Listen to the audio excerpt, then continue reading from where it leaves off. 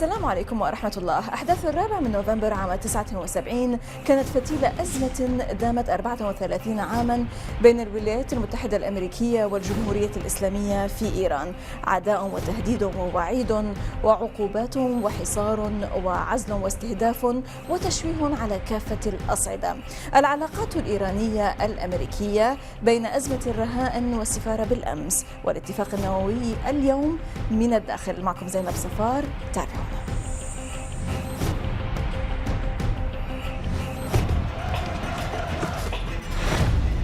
يوم الطالب في إيران هو 4 نوفمبر تشرين الثاني، ويصادف هذا العام الذكرى 37 لسيطرة الطلاب الجامعيين الإيرانيين على السفارة الامريكية عقب انتصار الثورة الإسلامية في إيران عام 79، وهو مناسبة وطنية لمحاربة الاستكبار العالمي المتمثل آنذاك في مقر السفارة الذي وصف بوكر التجسس، حيث كانت تهدف إلى إطاحة الجمهورية الإسلامية بحسب المطلعين.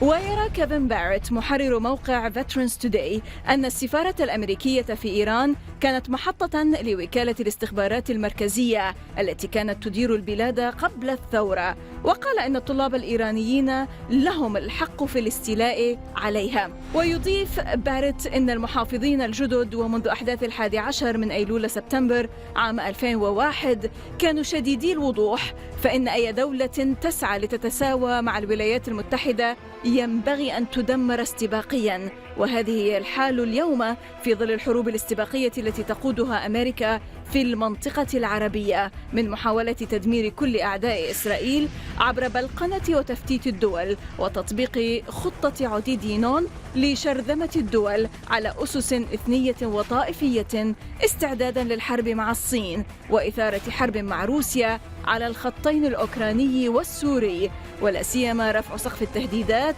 بعد التدخل الروسي في سوريا. السيد محمد مرندي أستاذ الدراسات الشمال الامريكية والأستاذ المساعد في جامعة طهران، كيف ينظر إلى أكثر من 60 عاما من التوترات أو العلاقات المعقدة والدقيقة بين أمريكا وإيران بين الامس واليوم، وعن أحداث الاستيلاء على السفارة الامريكية عام 79 وأزمة الرهائن التي نتجت عنها والتي امتدت 444 يوما، وحدت بالرئيس الامريكي جيمي كارتر إلى إطلاق عملية مخلب النسر لتحريرهم والتي أجهضت، وماذا عن حال الطلاب الإيرانيين وقت ذاك، وكيف يتذكروا هذه الحادثة، وكيف بدأت الأزمة، ولماذا يبقى جدار انعدام الثقة بين واشنطن وطهران سميكا جدا اليوم.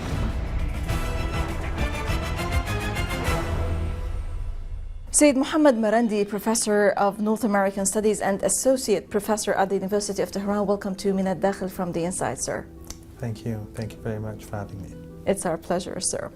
Well, Dr. مرندي, from the CIA orchestrated overthrow of Iran's Prime Minister back in 1953 to a phone call between Obama and Rouhani in 2013, how do you look today at more than 60 years of tensions, of a complicated, of a delicate kind of relation between the US and Iran?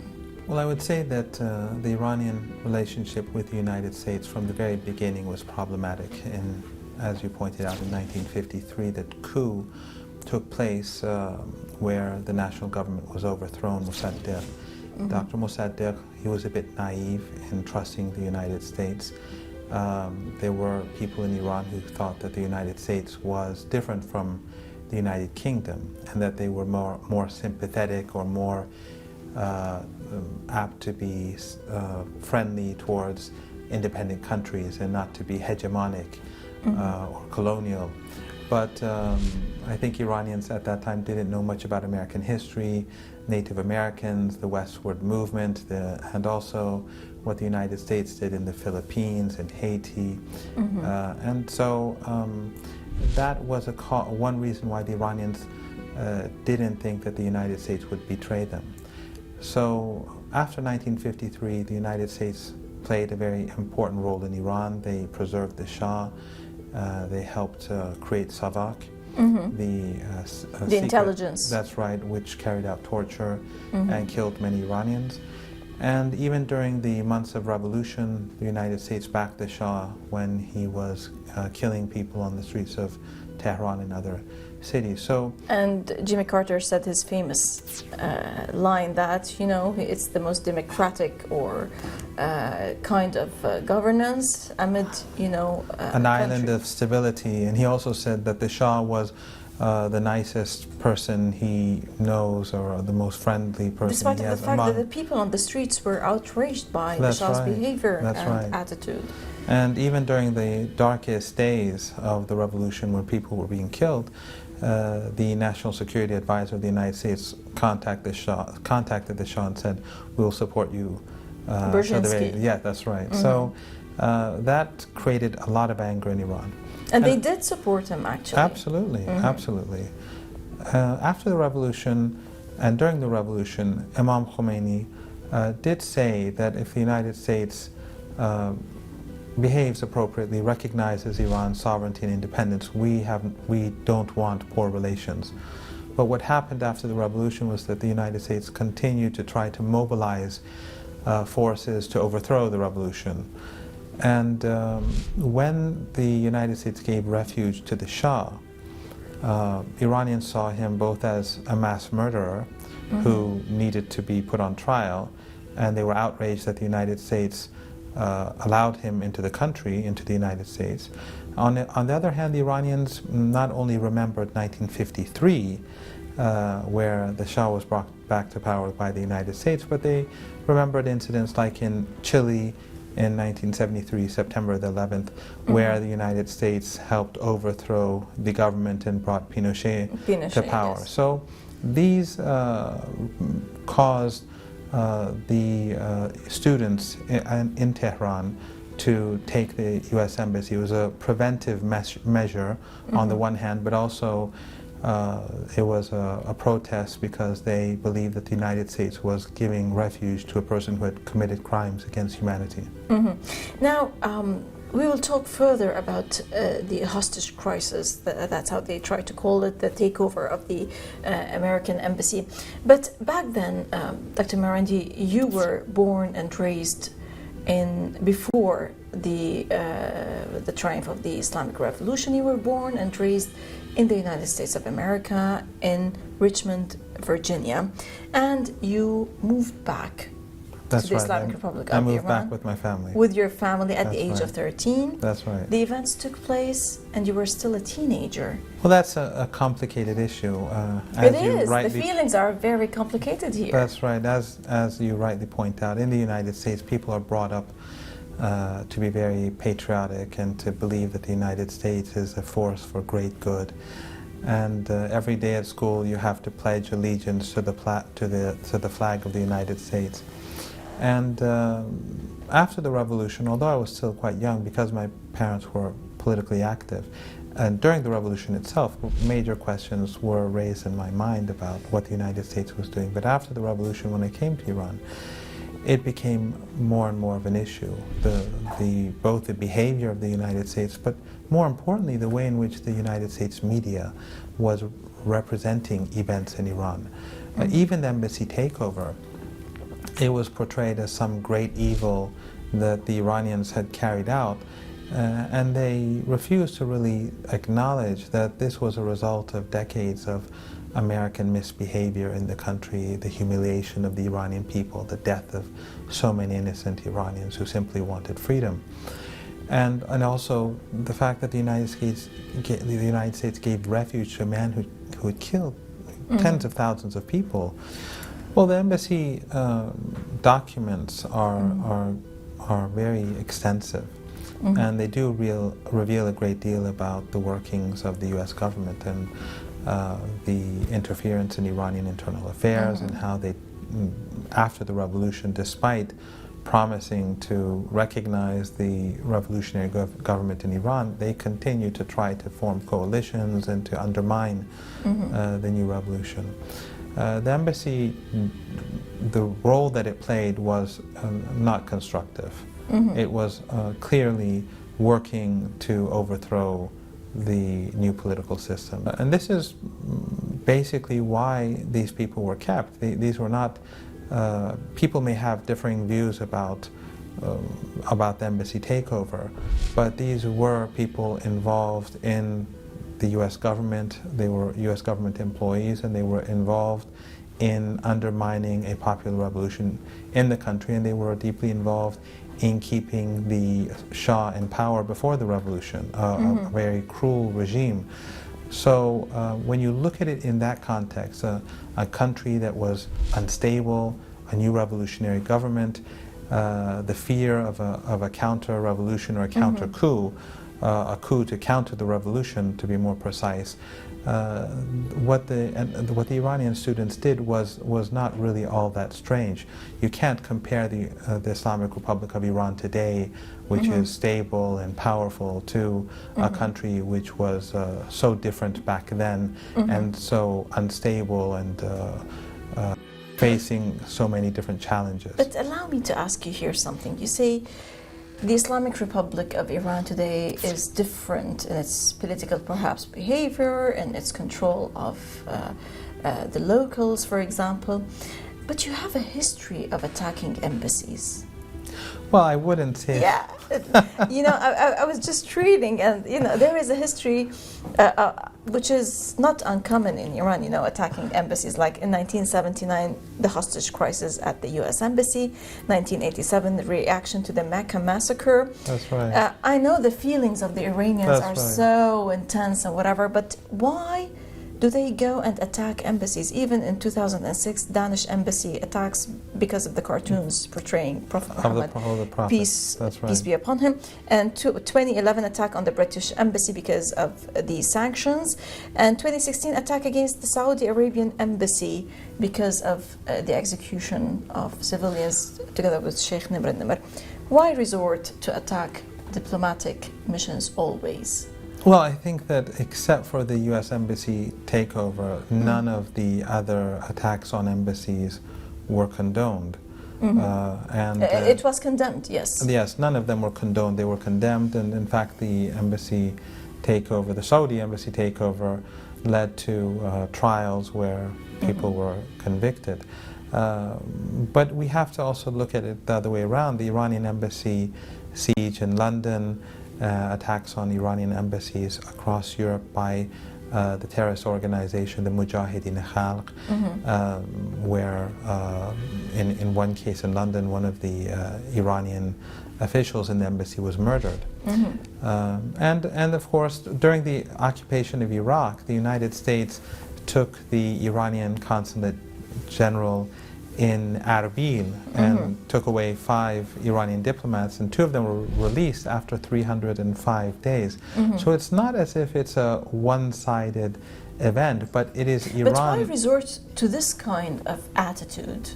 None of these are, I don't think any of these embassy takeovers can be attributed to Iranian behavior. Is there a fifth column, for example, who is trying perhaps to instigate, to provoke the people in order to go and attack embassies and sever the ties between the two countries, for example? I really don't know. I mean, when we go to the U.S. Embassy issue, it is really for preserving the country. They felt that the United States is attempting to overthrow the new revolution. The situation was very tense.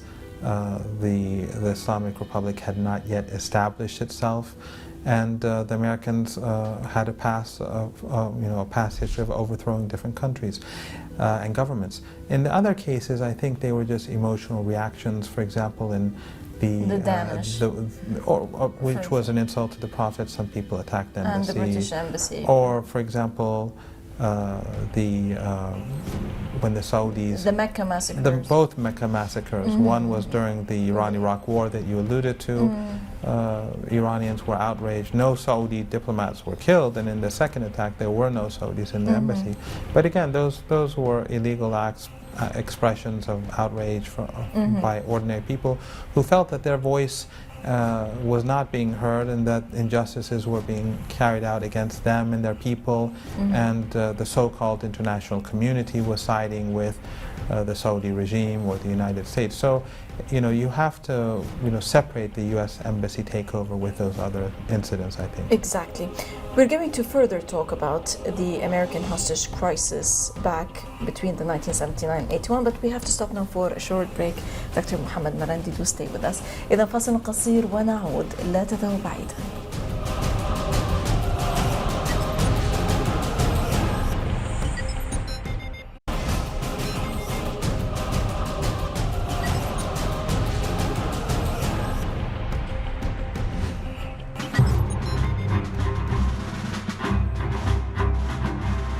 الرابع من نوفمبر تشرين الثاني من هذا العام هي الذكرى 37 على أزمة رهائن السفارة الامريكية في طهران ما بين عامي 1979 و 1981. السيد محمد مرندي أستاذ الدراسات الشمال الامريكية والأستاذ المساعد في جامعة طهران، كيف يتذكر هذه الحادثة وكيف بدأت الأزمة؟ Well, again, I think the important thing was that the United States was playing a very negative role in the country. They were trying to undermine a very popular revolution, and they gave refuge to the Shah. For Iran, the Shah was like Osama bin Laden for the United States. He had killed 3,000 Americans in New York. And if anyone had given refuge to Osama bin Laden, I think the response of the United States would have been military strikes. The Iranians felt that the United States had done something much worse, someone who had oppressed the Iranian nation for decades, who had killed many thousands of Iranians, much more than 3,000. And yet the Americans gave him refuge. The problem is that when it comes to the United States or Western powers, the notion of justice is really non-existent. So if the Iranians take over the U.S. embassy, this is seen as the beginning of history between Iran and the United States, and Iran is blamed for these poor relations. But they don't look at they have an aggressive media machine that can support their stories. Which manufactures consent, as Noam Chomsky once said. So public opinion in the United States blames Iran, but in reality it was the United States that was trying to overthrow the country, which had such a very dark past and which was What about the torture incidents that they talked about and the, for example, the mock execution of the 52 staff? Embassy staff? Well, the people who took the embassy, the students, they deny that, and I don't have any personal evidence myself. Some of the Americans who went back to the United States, they told stories about torture and mock execution. They may have done it. It may have. I don't know if they were being truthful or not. Many of the students who were the most hardline, let's say, or radical are actually those who became later on were reformists. Yes, and I think one of the important things about the revolution was that it was independent of both blocs at that time, the Eastern Bloc and the Western Bloc. It was unique in the sense that it was a revolution that none of the major powers supported. But also I think even more important was the fact that Iran's revolution was based on indigenous ideas. In other words, for example, many revolutionaries who were critical of the West and injustice in Latin America, I can't say third world countries because third world is itself a Eurocentric term, but many revolutionaries, they were Marxists or leftists, and they themselves were following a European ideology. Marx himself was Eurocentric. For example, he himself believed that the colonization of India was a necessary evil because he believed that the West was more advanced and that it had to become a capitalist society until it could progress to the next stage. So, but in the case of Iran, I think that one of the things that the United States and other countries, major powers, feared was that the ideology that was dominant in Iran was in fact something different. It was not based on some Western tradition or some European thinker. It was based on Islam, but an Islam that was progressive, that was capable of bringing together modernity as well as tradition. Right. And I think that the whole notion that there was a process of decolonizing the mind, you could think outside of Western tradition and still be able to be independent and to run a country. I think that's something that many in the West disliked. It's incomprehensible for them. Right. Now, despite the Joint Comprehensive Plan of Action and the recent achievements on Iran-US relations, which have been unprecedented since 1979, Islamic Revolution, the wall of trust between, or mistrust, so to say, between Washington and Tehran remains very thick. Why? Well, I think, again, when we look at the period after the signing of the Joint Comprehensive Plan of Action, we see that the United States, its behavior has not changed. On the one hand, the Iranians abided by their side of the bargain, whereas immediately after the agreement, the Americans imposed new sanctions. Behind the scenes, the United States spoke to bankers, to insurance companies, to shipping companies, not to do business with Iran. They threatened them. This ran against the agreement. The United States imposed new laws to restrict visas, which again was against, and this the U.S. president signed. This was against the agreement. So the Iranians have seen that repeatedly the United States has behaved in a way which ran against the agreement that they had signed, whereas the Iranians had abided by their side of the bargain. And it's not only just... So where are we today? Just bottom line, concerning the U.S.-Iran relations. I don't think that the relations have improved, because not only do the Iranians believe that every time that they show positive, or they take positive steps, that the United States does not respond in turn. For example, after 9/11, when the Iranians cooperated over Afghanistan, Iran was called an axis of evil. Exactly. But also in the region, the Iranians see that the United States is supporting extremist groups. From the very beginning of the situation in Syria, the Iranians were saying that the Americans and their allies were supporting groups that would later become Daesh. Now we see in WikiLeaks all of the things that the Iranians were saying back then in the West or Western media were ridiculing, calling these conspiracy theories. All of these are turning out to be quite true, that from the very start it was extremists that were being supported by outside forces. So as long as the United States does not abide by its side of the bargain with the Iranian agreement with the P5+1, and as long as the United States continues to support extremism in the region, I think it's almost impossible to see real progress between Iran and the United States. But Ayatollah Khamenei, the leader, he has said on numerous occasions that if the United States changes its behavior towards Iran, Iran would change its behavior towards the United States. He even said that if the Americans apply or implement properly the agreement between Iran and the P5+1, that the Iranians would think about, or they would be able to start talking about other issues in the region with the United States. But the United States did not